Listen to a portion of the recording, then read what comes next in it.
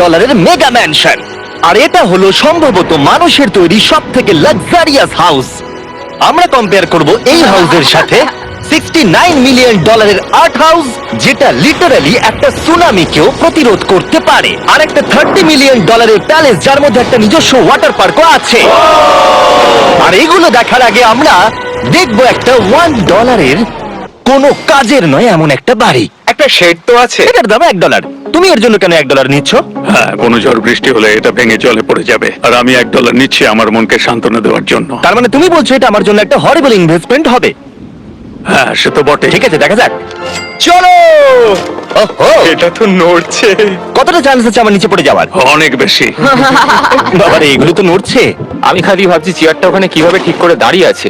এখানে একটা রিক্লাইনার আছে, একটা ম্যাট্রেস, আর অর্ধেক ফ্লোর। আমি বাড়ির ভেতর থেকে ফিশিংও করতে পারছি। এ দেখো, আমি একটা ধরেও ফেলেছি। এটা খুব ছোট, ক্ষমা করে দাও। আমরা মজা করছি দেখে তোমার এটা বিক্রি করে কি আফসোস হচ্ছে? একদমই না। যদি আমি তোমাকে $2 দিই আমার থেকে এটা কেনার জন্য, তাহলে কি তুমি কিনবে? নেব না। ঠিক আছে, আমি চেষ্টা করছি। আমার একটা আইডিয়া এসেছে, চলো এখান থেকে যাওয়া যাক। পরে আমরা এই ভিডিওতে একটা বাড়ি দেখবো যেটা এই বাড়িটার থেকে 100 মিলিয়ন গুণ বেশি দামি। আর যেহেতু এই বাজে বাড়িটায় আমি আর দ্বিতীয়বার পা রাখতে চাই না, তাই চলো যাওয়া যাক একটু ভালো বাড়িতে।